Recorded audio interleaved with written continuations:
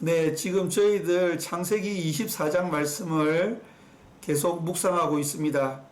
예, 시리즈로 묵상하고 있습니다. 창세기 24장 내용은 아브라함이 아들 이삭을 위해서 좋은 자부를 구하는 그 일을 어떻게 성공적으로 이루는가에 대한 내용이 창세기 24장에 담겨 있는데요. 아브라함이 참으로 훌륭한 자부를 얻는 과정에서 우리가 배울 점이 많습니다. 그래서 성공이란 어떤 것인가, 또 우리가 성공으로 가기 위해서는 어떻게 해야 될 것인가, 창세기 24장을 지금 저희들 함께 묵상하고 있는 중입니다. 내버려둬서 잘 되는 일은 별로 없습니다. 관리를 해야죠. 제가 아는 베트남에 계신 분이 그 딸이 한국으로 공부를 하러 갔습니다. 서울에 공부를 하러 갔는데요. 그분이 그러더라고요. 관리해야 된다고. 예, 관리해야죠. 내버려 두면은 잘 안 됩니다. 근데 이 내버려 두는 것도 하나의 스킬이긴 합니다. 그 일부러 이렇게 작전상 의도적으로 내버려 두는 거는 그거는 관리하는 거죠. 내버려 두는 것이 아닙니다. 그래서 관리를 해야 되는데요. 저희들이 성공하기 위해서 해야 될 관리 중에 중요한 세 가지가 있습니다. 뭐냐면요. 재정 관리. 예. 우리가 돈 관리를 잘해야 됩니다. 그 다음에 위기 관리. 우리가 인생을 살다 보면 위기가 계속 우리에게 다가옵니다. 그리고 우리의 삶을 향해서 끊임없는 도전이 다가오기 때문에 우리가 그러한 위기를 만날 때, 큰 문제들을 만날 때 어떻게 지혜롭게 해결해 갈 것인가, 그 문제고요. 그리고 마지막 세 번째로는 인사관리.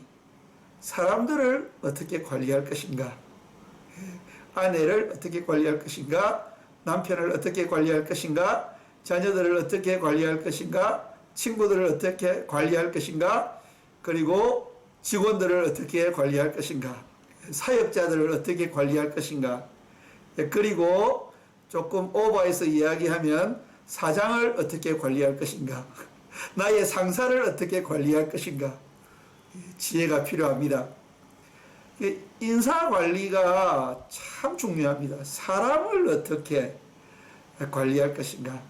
그래서 오늘 짧은 시간에 우리가 그 위기관리, 재정관리, 인사관리 다 할 수 없기 때문에 오늘은 창세기 24장 본문에 나오는 인사관리에 대해서 저희들이 조금 생각해 보았으면 좋겠습니다. 창세기 24장 2절 말씀 보시면 아브라함이 자기 집 모든 소유를 맡은 늙은 종에게 이르되 청컨대 너의 손을 내 환도표 밑에 넣어라.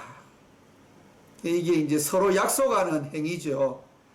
이스라엘 문화 속에서 그 구약시대에 이렇게 손을 상대방의 환도표 밑에 넣어서 맹세를 하는 그러한 풍습이 있었습니다. 그래서 이게 이제 언약을 맺는 건데요.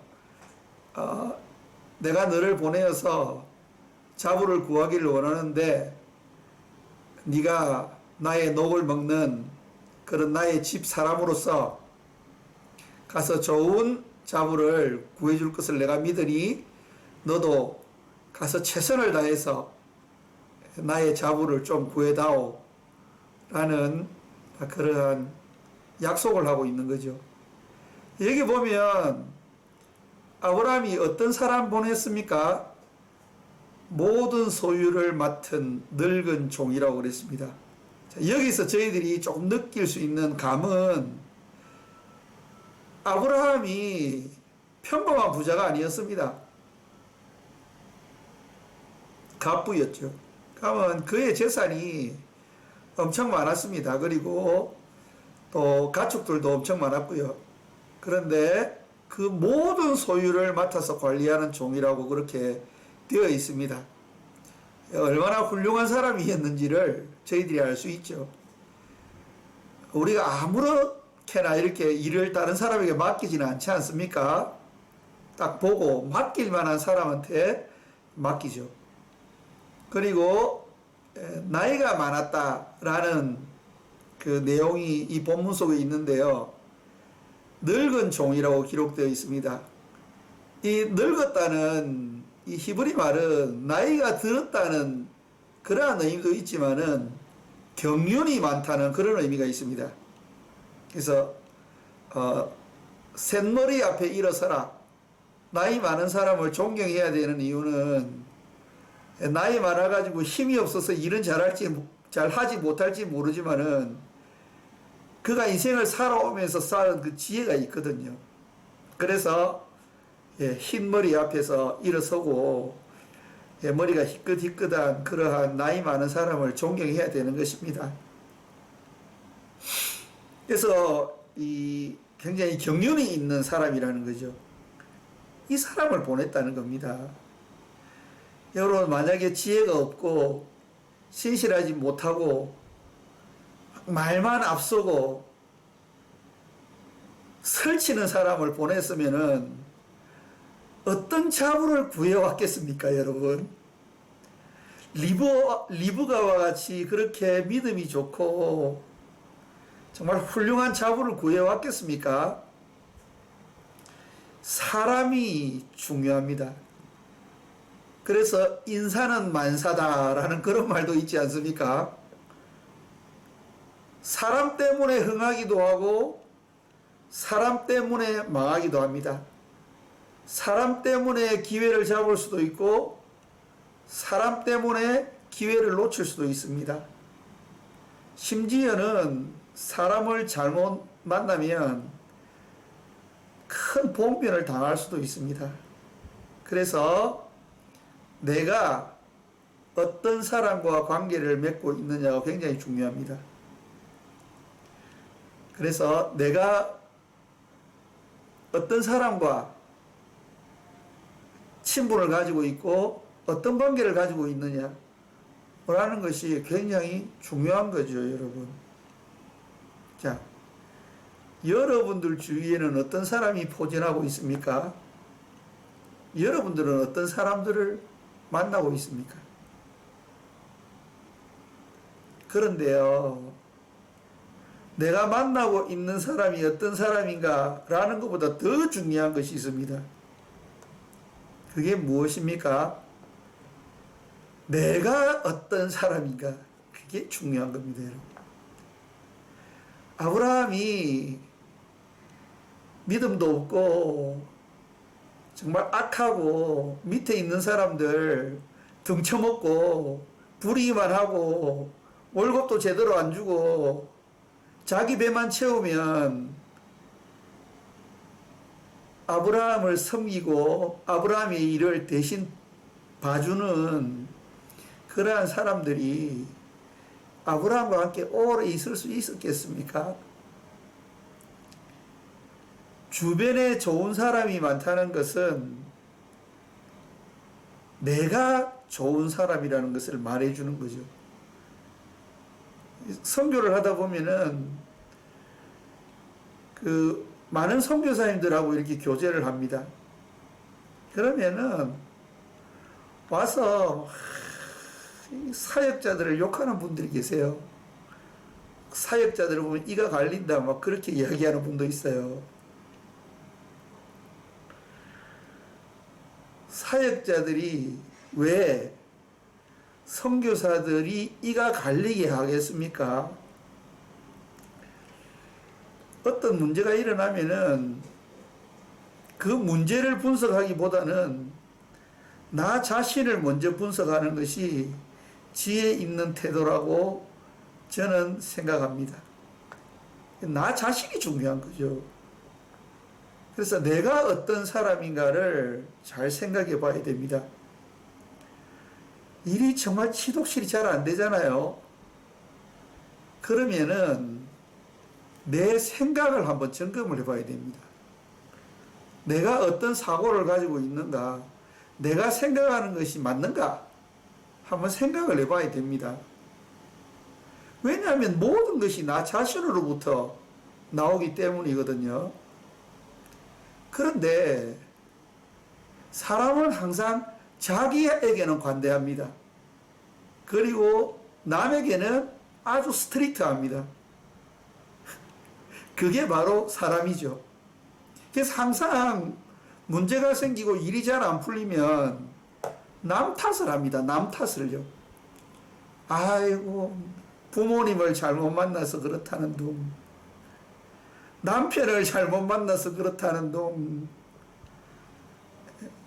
일꾼들이 일을 잘 못해서 안 된다는 둥, 사장이 성격이 더러워서 안 된다는 둥, 자꾸 이렇게 남한테 문제를 전가시키거든요. 그런데 남에게 문제를 전가시키면은 문제가 해결이 안 됩니다. 왜냐하면 모든 것이 나에게서부터 시작된다는 것을 기억해야 됩니다. 아무리 하와가 선악과를 같이 먹자고 해도 자기가 안 먹으면 되는 겁니다. 그런데 마지막 결정을 한 사람이 아담 자신이었습니다. 그런데 문제가 생기니까 하와에게 덤태기 씌워버리지 않습니까? 그러니까 하나님한테 혼났지요. 땀이 흘러야지 땅의 소산을 먹게 된 것이지 않습니까? 나 자신이 어떤 사람인가를 생각해 봐야 됩니다. 그리고 내가 바뀌면은 다 바뀌게 되어 있습니다. 문제를 다른 사람에게서 찾고 환경에게서 찾으면은 답이 없습니다, 여러분. 그러나 나에게서 문제를 찾으면 답이 있습니다. 내가 바뀌면은 내 아내도 바뀌고, 내 자식도 바뀌고, 내 친구도 바뀌고, 내 스텝도 바뀌고 다 바뀝니다. 긍정적으로 바뀌는 것이죠. 사람이 중요합니다. 나는 어떤 사람인가?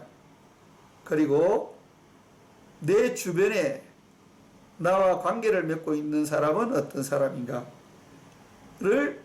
잘 점검하고 내가 믿음의 사람, 올바른 사고를 하는 사람, 성공할 수밖에 없는 사고를 하는 사람, 그리고 그 생각에 따라 행동한 사람이 되면은 일은 자동적으로 잘 되게 되어 있습니다.